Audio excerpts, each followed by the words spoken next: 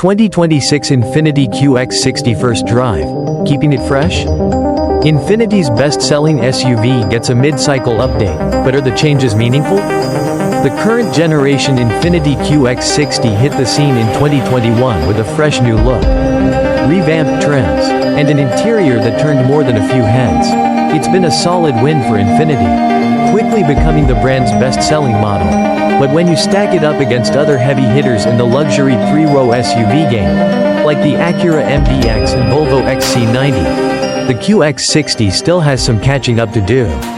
Indeed, Acura in 2024 sold more than 50,000 MDXs and Volvo more than 40,000 XC90s. Infiniti? Just shy of 28,000 QX60s. The updated 2026 Infiniti QX60 probably won't dethrone the MDX or XC90 in the sales race. But the latest upgrades keep it fresh. We spent a couple of hours behind the wheel of the new 2026 QX60 Autograph model. And while the changes are subtle, they're meaningful for people eyeing this three-row luxury SUV. Think of it as a light refresh that polishes up what was already a solid package. What's changed? The Infiniti QX60 has always been a looker. And that's no accident. For 2026, the QX60 borrows a few stylish cues from its big sibling, the newly redesigned QX80. The grille now features tilted vertical slats inspired by bamboo forests, and the quilted leather seats are stitched in a pattern that echoes a kimono wrap. There's a larger Infiniti logo up front, a redesigned front fascia, and a striking new paint color called Deep Emerald that elevates an already outstanding design. And in the top-tier Autograph trim, you'll find laser-cut, open-pore wood with metal inlays on the dash and front doors, straight from the QX80. This is a thoughtful detail that demonstrates Infiniti is willing to experiment with materials in a way that feels fresh and upscale.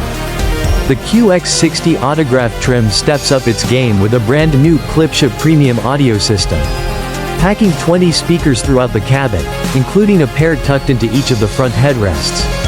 It's a trick borrowed from the QX80, and the setup can reroute phone calls through the driver's speakers only, giving you a little extra privacy without muting the whole car. Also new for 2026 is the addition of Google built-in, giving the infotainment system native access to apps like Google Maps and the Play Store with no phone required. Of course, if you prefer your own device, wireless Apple CarPlay and Android Auto come standard across the lineup. You'll also find a pair of 12.3-inch digital displays, one serving as the gauge cluster and the other handling infotainment duties, bringing the cabin a modern touch. Behind the wheel, under the hood, every 2026 Infiniti QX60 is powered by a 2.0-liter variable compression turbocharged inline-4, delivering 268 horsepower and 286 pound-feet of torque.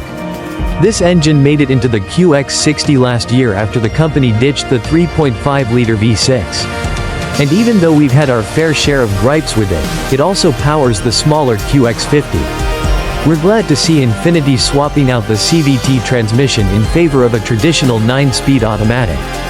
On the road, the 2.0-liter engine feels like a good match for the refreshed QX60. It provides enough punch, though it takes its time to react to deep throttle inputs like those used when merging onto a freeway or executing passing maneuvers. The transmission also doesn't always react quickly. We noticed some lag when asking for a quick downshift, especially when trying to merge into faster-moving traffic around 45 to 50 miles per hour.